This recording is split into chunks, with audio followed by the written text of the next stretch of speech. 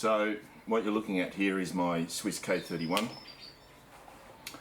They've got a bin of dry Einzig or something or other. Yeah. Anyway, I went and shot. I had some ammo left over from when I shot the K11 and some hand loads, obviously, and so I used that ammo to put through this. Now, one of the issues that I was having was that I was having a really hard time with most of the ammo to get the action to lock for the round to go into completely in a battery, and that was a bit bewildering, and I was sort of a bit worried and wasn't quite sure what was going on there.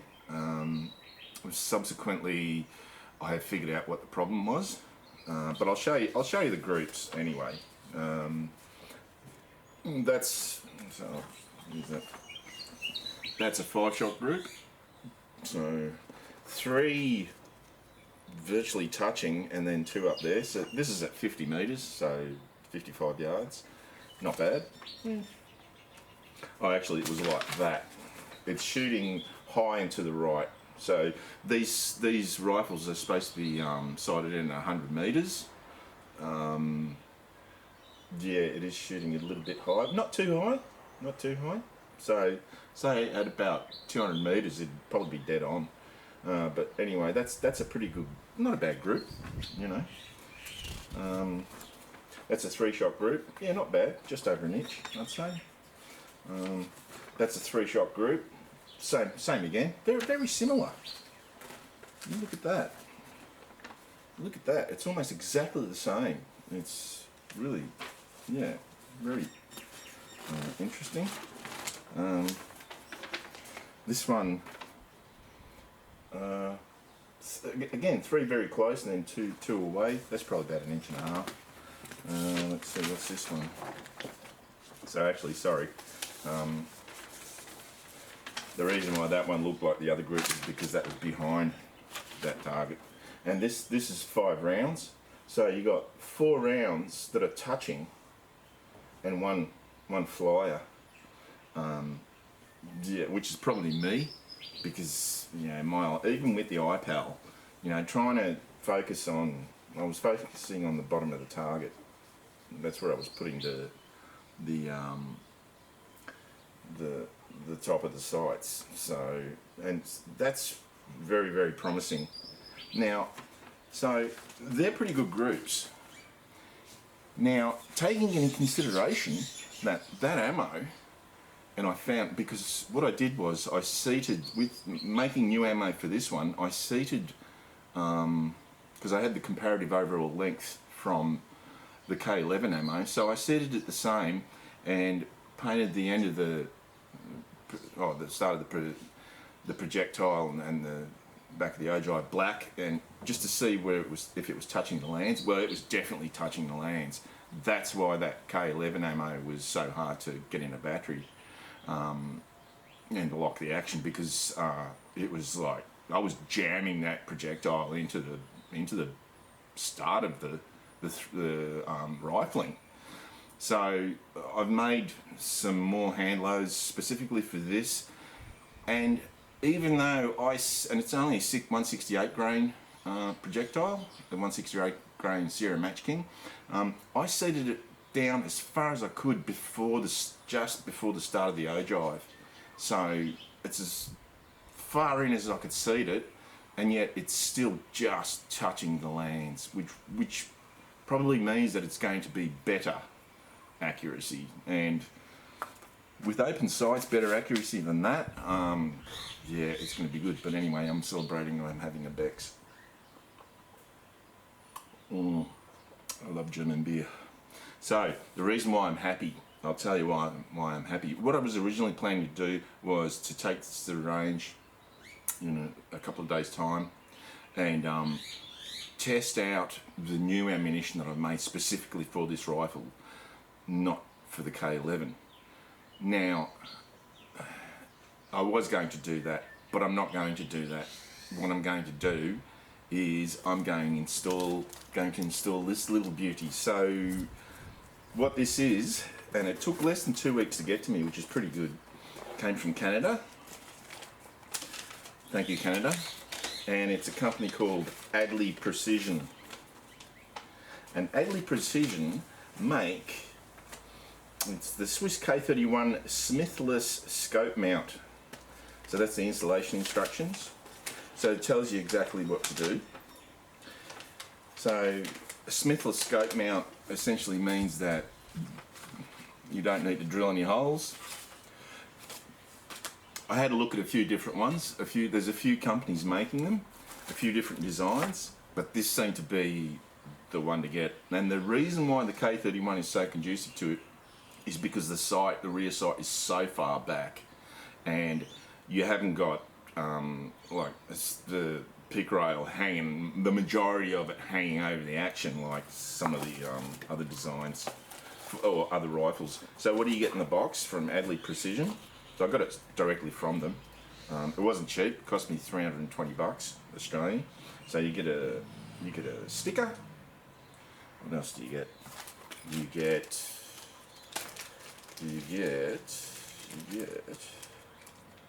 what is this? Okay, so you get thread locker. That's nice. Let's open it up and have a look at it. Yeah, thread locker. It's Loctite. It is Loctite. So your little tube of Loctite. And I think it's, I don't know which one it is, red Loctite it might be. And you get a bag with screws and Allen keys. Oh, okay. And a replacement pin for the front of the sight, front of the rear sight. And of course in the box you get the device. So that one you can actually, okay, that's interesting.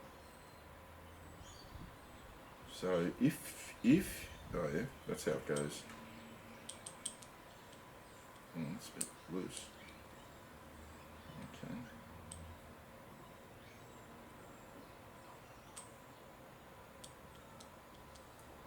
Alrighty. I know why it's loose. It's loose because, yeah. Alright, so I'm going to install this thing. Hopefully. So chuck it all into there. I need this. So what have we got in here? We've got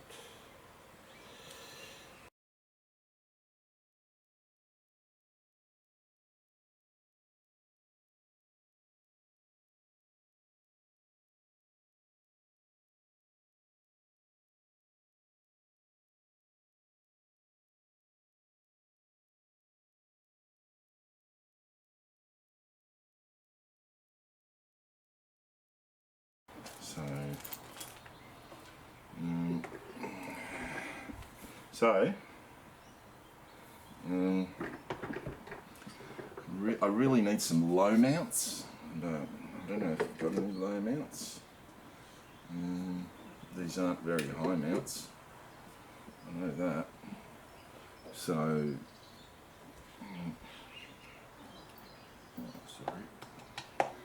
so this is my the Delta Titanium, my beloved Delta Titanium. So I'll sit it back as far as I can.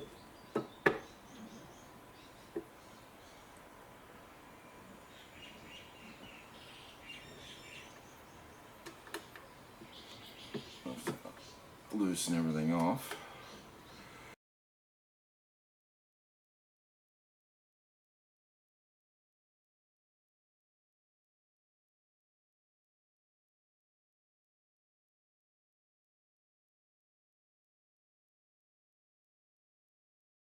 So, if I'm right, this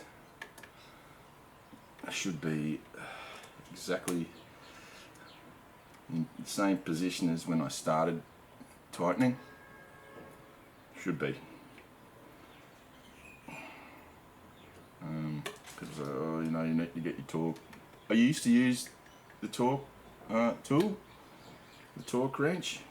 I've got a Wheeler fat wrench, whatever it's called. But these days, I don't really use it. You sort of get a feeling for what's right, what works. And if things aren't coming loose, then you must be doing it right. So yeah, that's the way that I do it. I used to sort of poo-poo people who said, oh, you know, you just do it by feel. But after a period of time, you do get a feel for it, for what's right. And I think I have. So, whew, beautiful. Just make sure that's really tight. Yep. Go over everything a few times, just make sure everything's done up, snug, not over tightened, snug. One of the worst sins that people do, and in my line of work, we work with a lot of fasteners, bolts, pretty big bolts, really big bolts, and a lot of people have a tendency to over tighten, but we have to torque them. So let's have a look. Oh yeah. Oh yeah. Look at that. Let me have a look out that window. See how I'll go. Yeah. Not too close. So I'm not going to get hit in the eye or in the face by the cocking duva. So,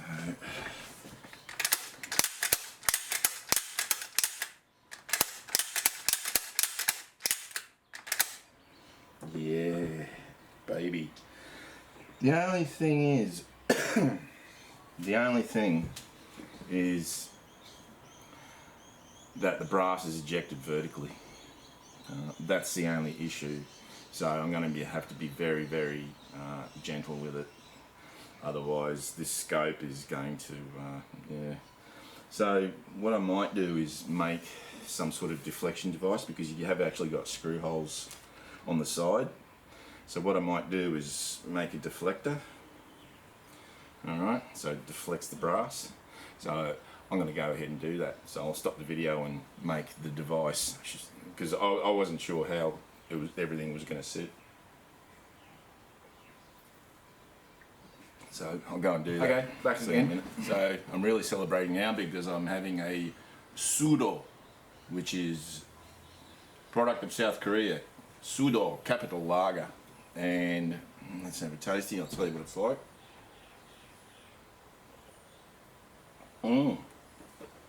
It's actually not bad. Yeah, there you go.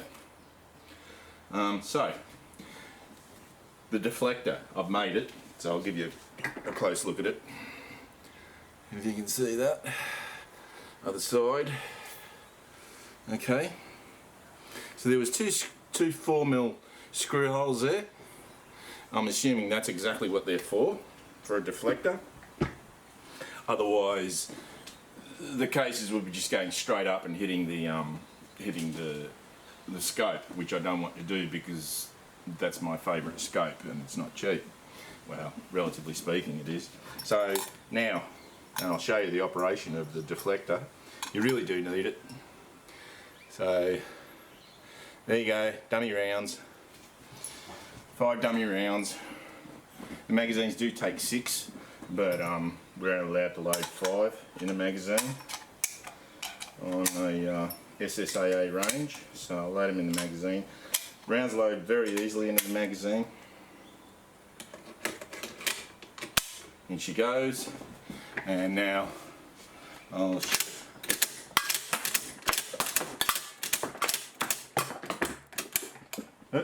she's empty, so it stops on open, holds open on empty. So there you go, works perfectly.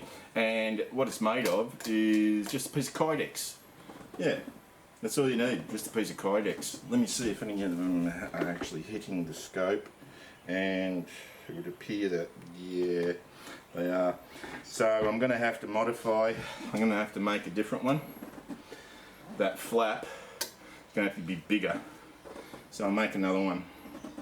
I'll just make that flap bigger because one of those did hit the scope, or probably all of them did. So, but anyway, the design is there. I've got a template. I just need to make that flap longer, the cover flap longer, and she's ready to go. So on Friday, which is today's Tuesday, so in another 3 days, yes, I'll get to shoot this thing. So beauty. So if you're thinking about mounting a scope on your, where is it? On your K31, get Adley Precision, Canadian. Very good, really good stuff. It's very well made. It's very precise. Everything is just spot on. Like I said, I just got to make that flat bigger, so I'll go away and do that. But in any case, you'll see me when I've had a shoot of this on Friday. See ya.